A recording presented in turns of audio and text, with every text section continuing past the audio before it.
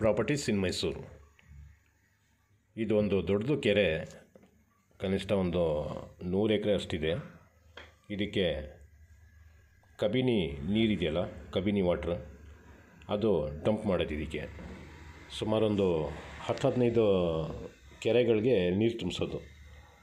ಈ ಕೆರೆ ತುಂಬಿದ್ರೆ ನೆಕ್ಸ್ಟ್ ಕೆರೆ, ಅದು ತುಂಬಿದ್ರೆ ಇನ್ನೊಂದು ನೆಕ್ಸ್ಟ್ ಕೆರೆ, ಆ ಥರ ತುಂಬ್ತಾ ಇರ್ತದೆ. ಇದಕ್ಕೆ ಜಸ್ಟ್ ನಿಯರ್ 8 ಎಕರೆ ಜಮೀನಿದೆ. ಕೆಮ್ಮಣ್ಣು ನೋಡಿ. ಅದಕ್ಕೆ ಬೆಂಗಳೂರಿಂದ ಆಗಲಿ ಮೈಸೂರಿಂದ ಆಗಲಿ ರೋಡ್ ಈ ಥರ ಇದೆ. ಈ ಥರ ರೋಡಿಂದ ಎದುರುಗಡೆ ಕಾಣ್ತಾ ಇದೆಯಲ್ಲ, ಈ ಥರ ಮೆಟ್ಲಿಂಗ್ ರೋಡ್ 2 ಕಿಲೋಮೀಟ್ರ್ ಇದೆ. 2 ಕಿಲೋಮೀಟ್ರ್ ಹೋದರೆ ನೋಡಿ, ಮಣ್ಣು ಈ ಥರ ಇದೆ, ಫುಲ್ ಕೆಮ್ಮಣ್ಣು. ಬೌಂಡ್ರಿ ಫೆನ್ಸಿಂಗ್ ಮಾಡಿದ್ದಾರೆ, ಮತ್ತು ಒಂದು ಬೋರ್ವೆಲ್ಲು ಹಾಕಿದ್ದಾರೆ. ಈ ಕಡೆ ನೀರಿಗೇನು ಪ್ರಾಬ್ಲಮ್ ಇರೋಕ್ಕಿಲ್ಲ.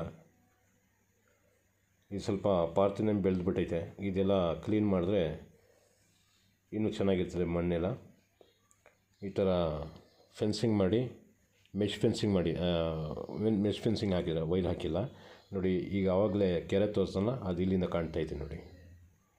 ಈ ನೀರು ಹತ್ತಿರಕ್ಕೆ ಒಂದು 2.5 ಎಕರೆ ಬೇರೆಯವ್ರದ್ದು ಇದೆ. ಅದಾದಮೇಲೆ ಇದೇ ಜಮೀನು. ಎಲೆಕ್ಟ್ರಿಸಿಟಿ ಎಲ್ಲ ಹತ್ತಿರದಲ್ಲೇ ಇದೆ. ಬೌಂಡ್ರಿ ಈ ಥರ ಫೆನ್ಸಿಂಗ್ ಮಾಡಿದ್ದಾರೆ. ಇದರದ್ದು ಬೆಲೆ 35 ಲಕ್ಷ ರೂಪಾಯಿ ಪರ್ ಎಕರ್ ಹೇಳ್ತಾಯಿದ್ದಾರೆ. 35 ಲಕ್ಷ ರೂಪಾಯಿ ಒಂದು ಎಕರೆಗೆ ಹೇಳ್ತಾಯಿದ್ದಾರೆ. 2 ಗೇಟ್ ಹಾಕಿದ್ದಾರೆ. ಇದೊಂದು ಗೇಟ್, ಇನ್ನೊಂದು ಆ ಕಡೆ ಪಕ್ಕದಲ್ಲಿ ಇನ್ನೊಂದು ಗೇಟ್ ಹಾಕಿದ್ದಾರೆ. 2 ಗೇಟ್ ಹಾಕಿದ್ದಾರೆ. ನೀರಿಗೇನು ತೊಂದರೆ ಇರಬಾರ್ದು, ನಮಗೆ ಜಾಸ್ತಿ ನೀರು ಬೇಕು ಅನ್ನೋರಿಗೆ ಕರೆಕ್ಟಾಗಿದೆ ಜಾಗ ಇದು ನೋಡಿ. ಎದುರುಗಡೆ ಎಲ್ಲ ಬಾಳೆ ತೋಟ ಎಲ್ಲ ಮಾಡ್ಕೊಂಡಿದ್ದಾರೆ ಬೇರೆಯವರು, ಇನ್ನೊಬ್ಬರು. ಇದು ಎದುರುಗಡೆ ಇರೋ ತೋಟ ಇದು.